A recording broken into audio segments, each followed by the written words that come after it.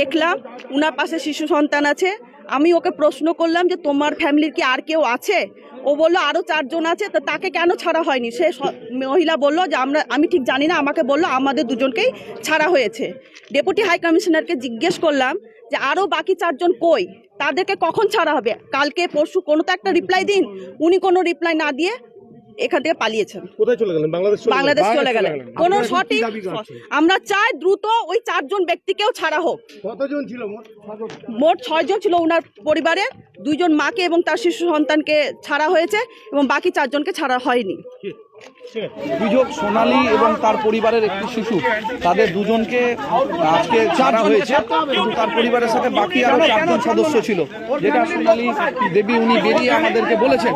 কিন্তু আমরা বাংলাদেশের ইন্ডিয়ান ডেপুটি হাই কমিশনার যিনি আছেন, যিনি বাংলাদেশে নিযুক্ত আছেন, তার কাছে বারবার বলার পরেও তিনি এখান থেকে কোনোরকমে ভয়ে পালিয়ে গেলেন।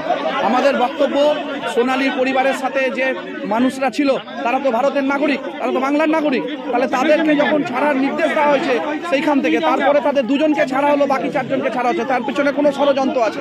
এইভাবে এইখানে যে ষড়যন্ত্র হচ্ছে, আমরা এর তীব্র প্রতিবাদ জানাই। নিশ্চিতভাবে কেন্দ্রীয় শাসক দলের উস্কানিতেই তো আজকে, তাদের নির্দেশেই তো আজকে বাংলাদেশে পাঠিয়ে দেওয়া হলো ভারতীয় নাগরিককে।